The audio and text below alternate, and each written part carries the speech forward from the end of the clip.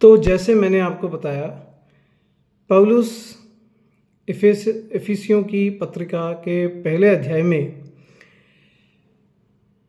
ये बताना चाहते हैं कि जो लोग यहूदी बैकग्राउंड से आए हैं और जो लोग यूनानी परिवारों से आए हैं, वो सब मिलके अब परमेश्वर का एक परिवार बन गए हैं। वो परमेश्वर का मंदिर है जहाँ पे परमेश्वर अपने आत्मा के द्वारा निवास कर रहा है। तो यहाँ हम देखते हैं इसका 10वां पद कि समयों के पूरे होने का ऐसा प्रबंध हो कि जो कुछ स्वर्ग में है और जो कुछ पृथ्वी पर है, सब कुछ वह मसीह में एकत्र करे। जैसे मैंने आपको कहा कि ये इस अध्याय का बहुत महत्वपूर्ण पद है। परमेश्वर क्या चाहता है कि स्वर्ग और पृथ्वी में जो कुछ भी है वो सब कुछ एक व्यक्ति में यानी कि यीशु मसीह में एकत्र करे।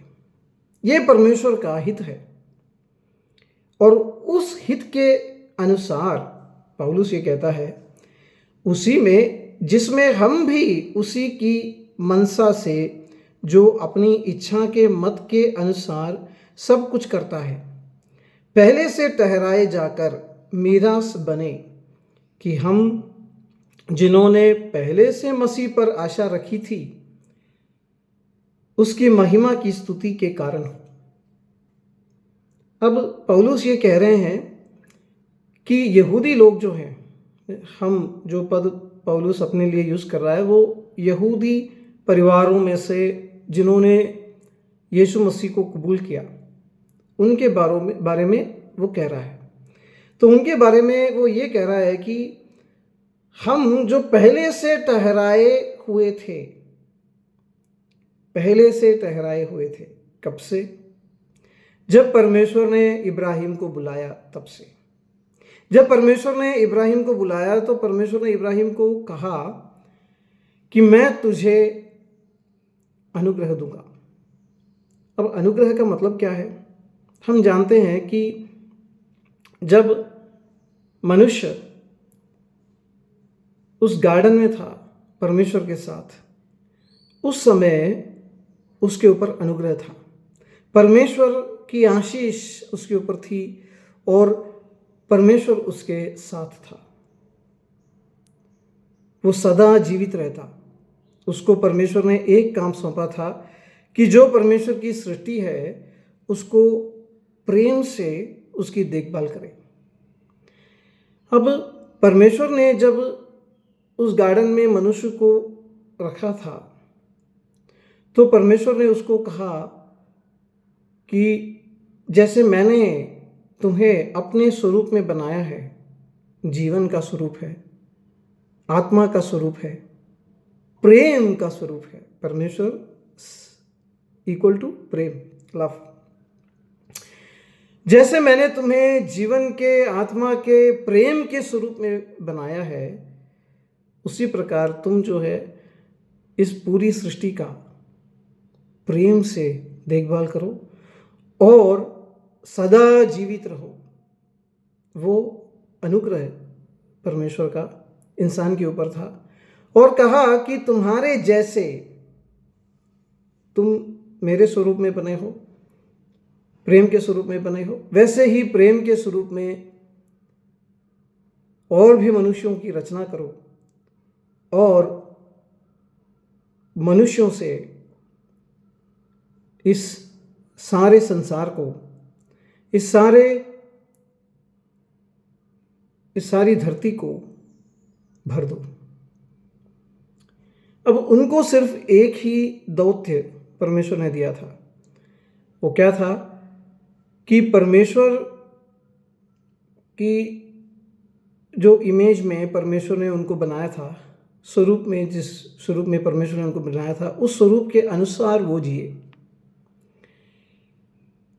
लेकिन वो जो इंसान थे शैतान की बातों पे आ गए और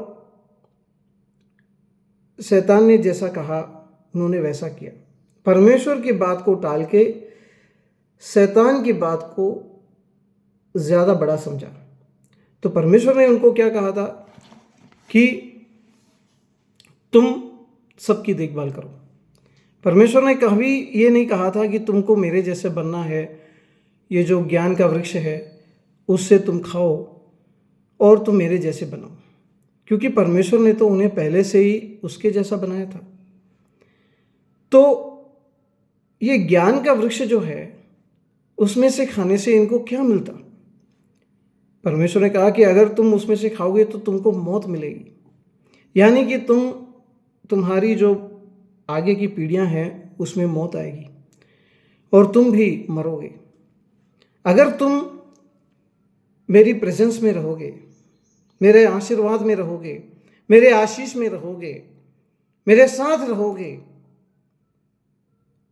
तो अनुग्रह प्राप्त करोगे। अनुग्रह क्या है? जीवन, प्रेम,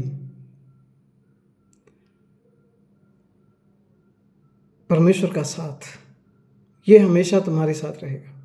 लेकिन अगर तुम इस ज्ञान की इच्छा करके इस पेड़ का फल खाओगे तो तुम में और तुम्हारी जो जनरेशन है उसमें मृत्यु आनी शुरू हुई।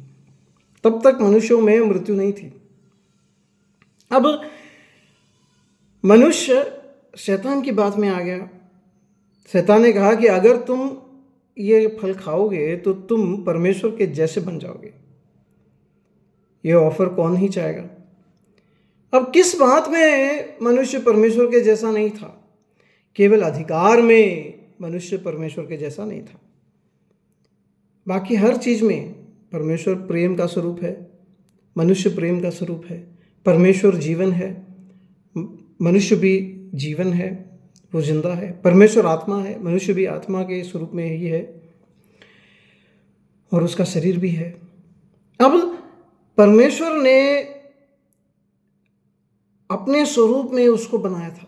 जैसे एक बड़े मंदिर में मूर्ति होती है,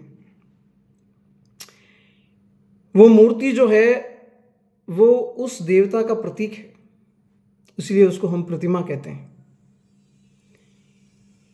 मूसे जब रहते थे, मोसेस, तो उनके चारों ओर जितने भी बड़े बड़े कल्चर थे, संस्कार थे, वहाँ सब लोग जो है मंदिर बनाते थे और उनके मंदिरों में उनके भगवान की एक प्रतिमा होती थी, एक पिक्चर होती थी। अब मोसेस यानी कि मूसा, उत्पत्ति पहले अध्याय में जो एक कविता है उसको हम साइंस के हिसाब से पढ़ेंगे तो हमको सही अर्थ समझ में नहीं आएगा। वो एक कविता है।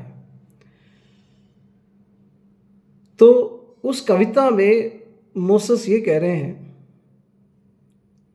कि जो जितने भी संस्कार हमारे आसपास हैं, आजू बाजू है, उन सब के बड़े बड़े मंदिर हैं, उनके देवता है और उनके देवता की प्रतिमा उस मंदिर के बीचों बीच रखी जाती है। परंतु हमारा जो परमेश्वर है उसने इस पूरे सृष्टि की रचना की है। इसने इस पूरे यूनिवर्स की, पूरे ब्रह्मांड की रचना की है। हमारा जो परमेश्वर है वो इन छोटी छोटी सृष्टियों से बहुत बढ़कर है। ये जो ब्रह्मांड है उसका मंदिर है।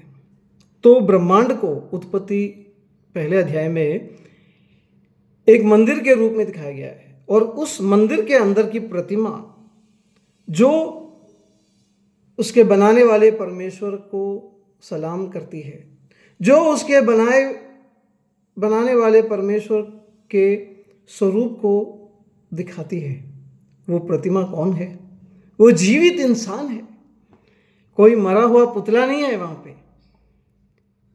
कोई ऐसी मूर्ति नहीं है जिसमें जान नहीं है, जिसका मुंह होके भी वो बोल नहीं सकती, जिसके पैर होके भी चल नहीं सकती, जिसके कान होके भी सुन नहीं सकती, आंख होके भी देख नहीं सकती। ऐसी मूर्ति नहीं है परमेश्वर के मंदिर के बीचों बीच परमेश्वर की प्रतिमा। परमेश्वर की प्रतिमा कौन है? इंसान है। इंसान जो है वो परमेश्वर को रिफ्लेक्ट कर रहा है, प्रतिफलित कर रहा है। जैसे एक कांच जो उसमें देख रहा है उसका स्वरूप दिखाता है, वैसे ही परमेश्वर एक एक इंसान के अंदर झांक के देख रहा है। और एक एक इंसान का दौत्य ये है कि वो परमेश्वर की जो प्रतिमा है, जो इमेज है, जो पिक्चर है, जो परमेश्वर का स्वरूप है, उसको वो प्रतिफलित करे। यानी कि परमेश्वर प्रेम है, इंसान को भी प्रेम से जीना है। परमेश्वर जीवन है, इंसान को भी जीवित रहना है और जीवन सब में बांटना है। परमेश्वर जो है वो आत्मा है और परमेश्वर के स्वरूप में बनाया गया इंसान, उसको आध्यात्मिक चीज़ों के बारे में ज़्यादा सोचना चाहिए और शारीरिक बातों के बारे में कम सोचना चाहिए। तो परमेश्वर के स्वरूप में जो इंसान वहाँ पे परमेश्वर ने बनाया है वो परमेश्वर की प्रतिमा है। ऐसे जब परमेश्वर से अच्छा नाता उनका था, रिश्ता था, उस रिश्ते को हम नियम कहते हैं। परमेश्वर का जो विल है कि कोई माता पिता है, बूढ़े हो रहे हैं, वो अपना विल लिखते हैं, वैसे ही पुराना नियम है और नया नियम है। वो विल है, विल का डॉक्यूमेंट है। तो परमेश्वर ने अपना विल यानी कि क्या बोलते हैं उसको, अपनी वसीयत लिखी है। और परमेश्वर ये कहते हैं कि जो ऐसे ऐसे जिएगा, मेरे संबंध में रहेगा और मेरी सेवा करेगा, उसको ये अनुग्रह मिलेंगे, ये आशीष मिलेंगे। और जो ऐसा नहीं जीता है उसको श्राप मिलेगा। उत्पत्ति से लेकर जो पहली 5 किताबें हैं वो इस अर्थ से दी गई है।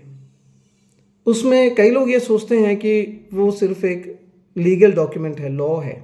ऐसा नहीं है। उसमें कहानियाँ हैं, कविताएं हैं, उसमें परमेश्वर से इन लोगों की जो घटना हुई थी वो सब हैं। जो परमेश्वर के साथ इन्होंने जीवन बिताया था उसके बारे में भी दिया गया है। उसके अंदर लॉ भी है। और वो लॉ अगर हम देखेंगे, जिसको हम व्यवस्था कहते हैं, कानून कहते हैं, व्हाटएवर, वो कानून जो है उसमें 10 मेन पॉइंट है। वो 10 मेन पॉइंट अगर हम देखें तो उसका समरी ये है कि परमेश्वर से सबसे ज़्यादा प्रेम करो और जितना प्रेम तुम खुद से करते हो उतना ही प्रेम दूसरों से करो। अगर हम दूसरों से उतना ही प्रेम करेंगे तो हम उनका मर्डर नहीं करेंगे, उनकी औरतों के साथ व्यभिचार नहीं करेंगे, हम उनकी चीज़ें जो है वो लेना नहीं चाहेंगे, वो चोरी करना नहीं चाहेंगे, उनके खिलाफ कोर्ट में झूठी गवाही नहीं देंगे। तो ये जो है वो 5 आज्ञाएं हैं जो मनुष्य के संबंध में हर एक आदमी को पालन करनी है। और दूसरी 5 आज्ञा जो है वो परमेश्वर के संबंध में है। अगर हम ये समझते हैं कि परमेश्वर जीवित है तो हमें उसका स्वरूप कह के मरा हुआ पुतला खड़ा नहीं करना चाहिए। यानी कि हमें मूर्ति की पूजा नहीं करनी चाहिए। परमेश्वर के अलावा अन्य परमेश्वरों के पीछे, भगवानों के पीछे नहीं भागना चाहिए। हमें परमेश्वर के नाम का निरादर नहीं करना चाहिए, झूठी कसम नहीं खानी चाहिए। परमेश्वर ने एक दिन दिया है यहूदी लोगों को परमेश्वर को मानने के लिए, उस दिन को परमेश्वर का नमस्कार करना चाहिए। और हमें हमारे जो माता पिता है उनकी इज्जत करनी चाहिए और उनकी देखभाल करनी चाहिए। ऐसा सब हम करेंगे तो जीवन हमें मिलेगा, अनंत